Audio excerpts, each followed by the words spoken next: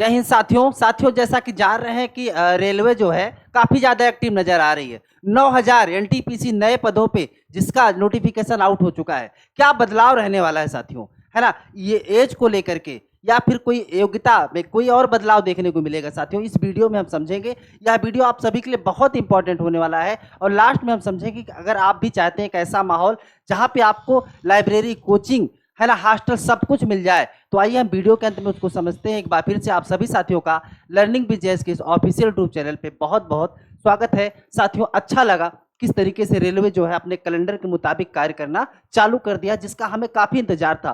क्योंकि अगर हम तैयारी करते हैं तो वैकेंसी निरंतर आनी चाहिए, बेशक वो वैकेंसी कम आए, है ना, लेकिन अगर वैकेंसी प्रतिवर्ष आ रही है ना, तो जो लोग तैयारी करते हैं कम से कम वो डीमोटिवेट नहीं होंगे, हमेशा मोटिवेट रहेंगे साथियों। तो आइए सबसे पहले हम समझ लेते हैं। तो यहाँ पे जैसा कि आप ये देख पा रहे होंगे 60 नोटिस जो है साथियों, तो यहाँ पे लगभग 5000 वैकेंसी है जो है अंडर ग्रेजुएट की है, और वहीं ग्रेजुएट लेवल की 3050 वैकेंसी है। इसके अलावा अगर फॉर्म की बात करें तो 21 अक्टूबर, है ना, 21 अक्टूबर से आपका फॉर्म भरा जाएगा जो है ग्रेजुएट लेवल का, और अंडर ग्रेजुएट लेवल का जो है 20 तारीख से फॉर्म भरा जाएगा। तो ये कुल मिलाकर के 20 तारीख को ये क्लोज होगा, और 28 तारीख से, है ना, 28/10/2025 को आया ये नोटिफिकेशन, और 27/11/2025 से फॉर्म भरा जाएगा आपका अंडर ग्रेजुएट लेवल का। तो ये वैकेंसी का है। आइए अब हम एक एक करके इसकी डिटेल समझते हैं साथियों, जो कि आपके लिए जानना अति आवश्यक हो जाता है।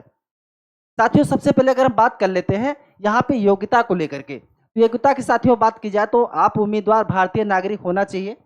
नेपाल, भूटान के विषय तिब्बती शरणार्थी जो 1962 से पहले भारत आए हों वो भी आवेदन कर सकते हैं। तो कुल मिलाकर के जो नेपाल से या तिब्बत से या भूटान से आए हैं वो आवेदन कर सकते हैं, लेकिन 1962 से पहले आए हों, ठीक है। अब शैक्षणिक योग्यता की बात कर ले तो यहाँ पे ग्रेजुएट लेवल किसी भी मान्यता प्राप्त विश्वविद्यालय से बैचलर डिग्री होना चाहिए, यानी चाहे आप बीएससी हो, बीकॉम हो, बीए हो, आपके पास अगर आप ग्रेजुएट डिग्री है तो आप इस फॉर्म को भर सकते हैं।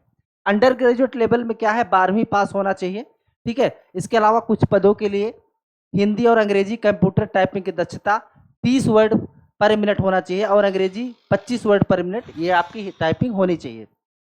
अब यहाँ पे कुछ और इंपॉर्टेंट चीजें हैं, जैसे अंडर ग्रेजुएट की सबसे ज्यादा ये मामला है कि एज क्या होनी चाहिए, है ना। तो एज की अगर बात कर ले साथियों, तो अंडर ग्रेजुएट लेवल 18 से 33 साल है, ध्यान दीजिएगा, 18 से 33 साल के बीच में है आप, तो इस फॉर्म को भर सकते हैं। अगर हम अनरिजर्व और ईडब्ल्यूएस की बात करें तो 2/1/1992 से पहले नहीं होना चाहिए, ध्यान दीजिएगा, 2/1/1992 से पहले नहीं होना चाहिए, और ओबीसी 2/1/1989 से पहले नहीं होना चाहिए, एससी एसटी 2/1/1987 से पहले नहीं होना चाहिए। निचली आयु सीमा सभी के लिए 1/1/2007 के बाद नहीं है, ठीक है। तो 2007 के बाद है तो आप नहीं भर सकते, यानी 18 साल तो आपकी मिनिमम होनी ही चाहिए साथियों। ग्रेजुएट लेवल 18 से 36 साल है। अब यहाँ पे ध्यान दीजिएगा, जो ग्रेजुएट लेवल की वैकेंसी है लगभग 3500 के आसपास, तो यहाँ पे जो है 18 से 36 साल होनी चाहिए एज।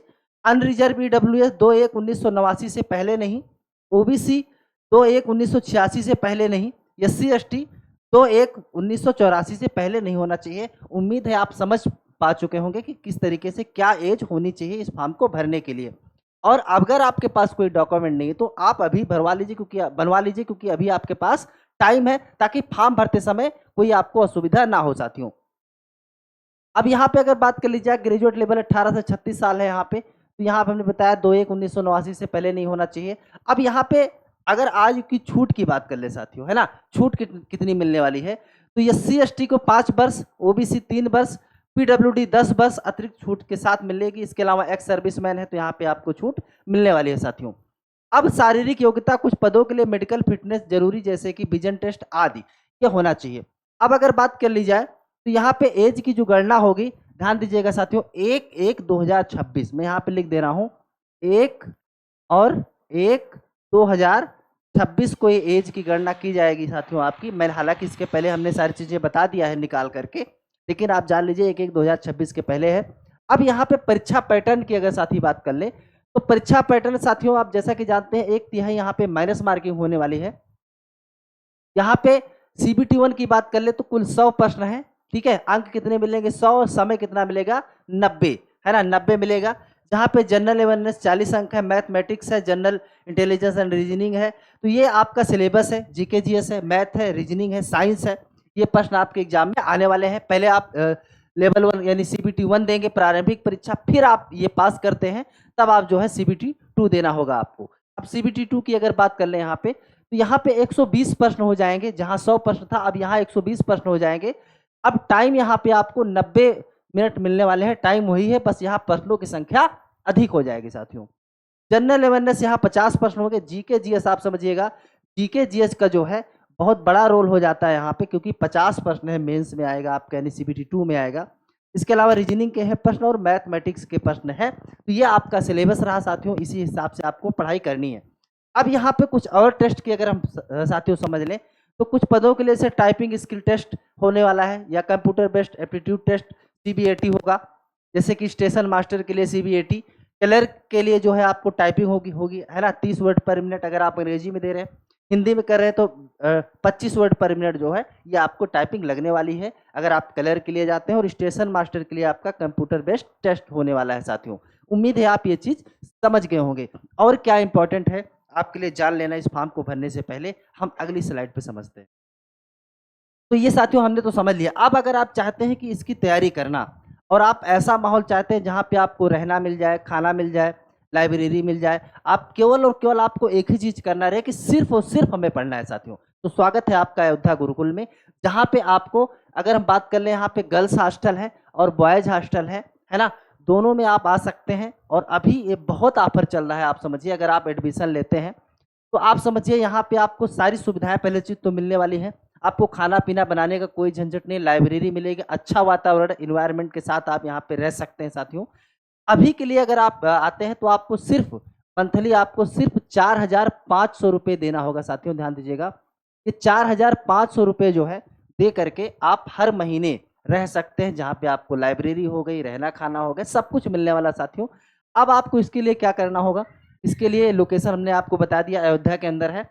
बस आपको एक कॉन्टैक्ट नंबर है 9506906100 पे कॉल कर लीजिएगा और अपनी सीट बुक करा लीजिए। यहाँ पे आपको रहना है, जो भी चीज़ें हैं, क्योंकि ये ऑफर जो है बहुत ही सीमित समय के लिए साथियों है। तो इस जानकारी के इस वीडियो के माध्यम से हमने जो नई भर्ती है एनटीपीसी की, इसकी चर्चा किया साथियों। क्या उम्मीद है ना, आपकी क्या राय है, कमेंट करके जरूर बताइएगा साथियों। ऐसे ही इंपॉर्टेंट वीडियो इस चैनल के माध्यम से हम आपके लिए हमेशा लेकर के आते रहेंगे। नए हैं तो एक बार चैनल पर जाकर सब्सक्राइब करिए, वीडियो पसंद आया हो तो लाइक करिए, शेयर करिए दोस्तों में।